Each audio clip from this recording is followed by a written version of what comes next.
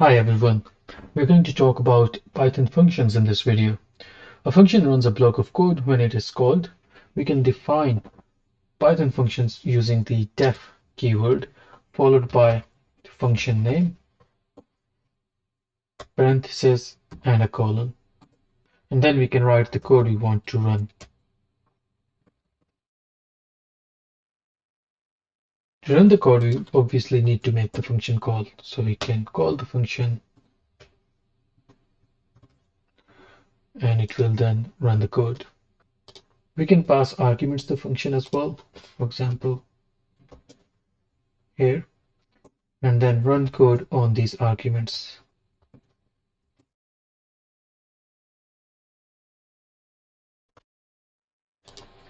We obviously need to pass the argument.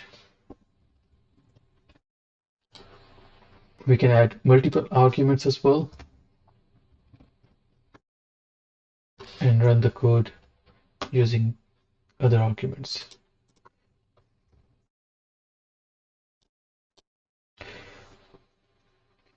We can pass arguments to the function call in two different ways. One is using positional arguments and the other one is keyword arguments. So here we have passed the arguments as positional arguments because we haven't used the keyword to assign the arguments. In this case, we have to follow the order of the arguments. So whereas we can also pass these as keyword arguments as well. So you can say arg1 or arg2 is equal to, and we can pass it. In this case, we do not need to follow the order of the function definition. For example, I can pass argument 2 first, and then the argument 2 later, but there will be no change in the running of the code. However, the positional arguments should always be passed first. So if you pass position argument after, then there will be a syntax error. So if you want to pass position arguments, you pass them first, and then keyword arguments will be passed next, and then it will be fine. We can add arbitrary arguments as well. For example, we can use static and pass arbitrary arguments. The function will receive a tuple of arguments here.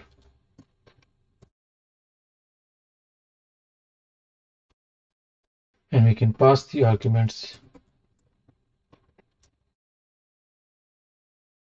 We can also pass these as keyword arguments using double static. So we can say in the for loop key and value and kwargs dot items as the keyword arguments are passed as a dictionary. So we can say key is key and then value is. Now if we call the function with positional arguments, it will generate a type error. So we need to provide the keywords in the function call.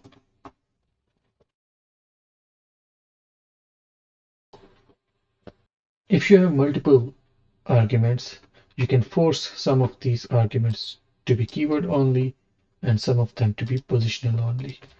For example, if I have 3 arguments in this function, then I can make the first argument to be position only by using this slash after the first argument.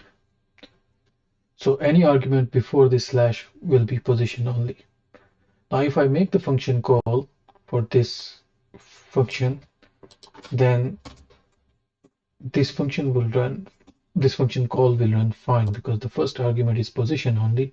The other 2 arguments can be position or the keyword only arguments. If I try to call this function, the first variable using a keyword argument, it will generate an error. Similarly, I can force the arguments to be keyword only by using a static just before the arguments which I need to be keyword only. So for example, if I call this function with position only arguments, it will generate an error, as the argument 3 needs to be position only as it occurs. It is defined as it is defined after the static.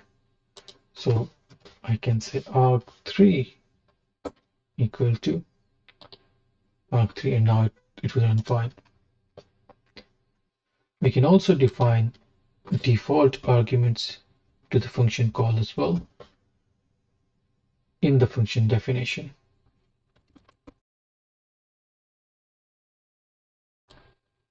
When we are using default arguments, we can call the function without passing the arguments.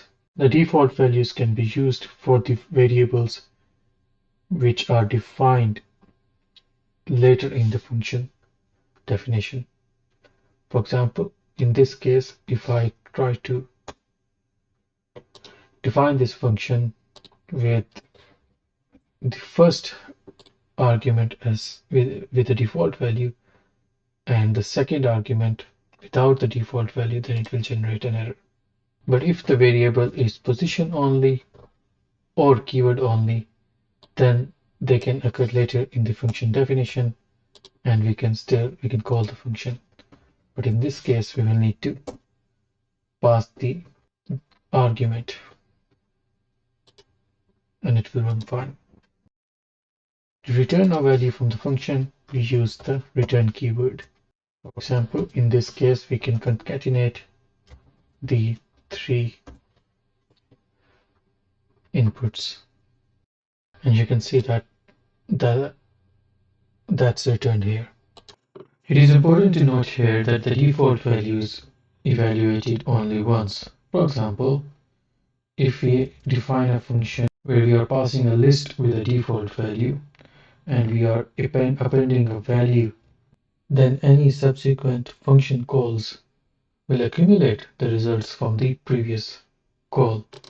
For example, in this case, if we call the same function with different arguments, we can see the results have been accumulated. So in this case, what we can do is we can define the default variable with the none value, and within the function call we can check if this is none, then we instantiate the list again. And if we run this, you can see that then the default value is not shared between the subsequent function calls. We can create small anonymous functions using the lambda keyword. A lambda function is a small anonymous function which can take any number of arguments, but it is only restricted to a single expression. It is usually used for simple operations, for example, addition or multiplication.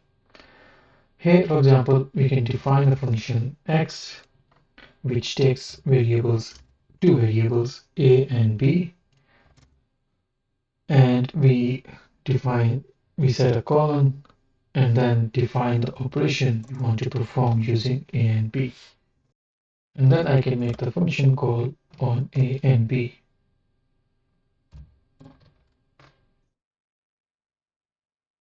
So it will multiply these. I can keep on adding more variables. For example, I can say a, b, c, and then multiply a, b, and c. So that's all for today. Subscribe to the YouTube channel for more videos. Thank you for watching.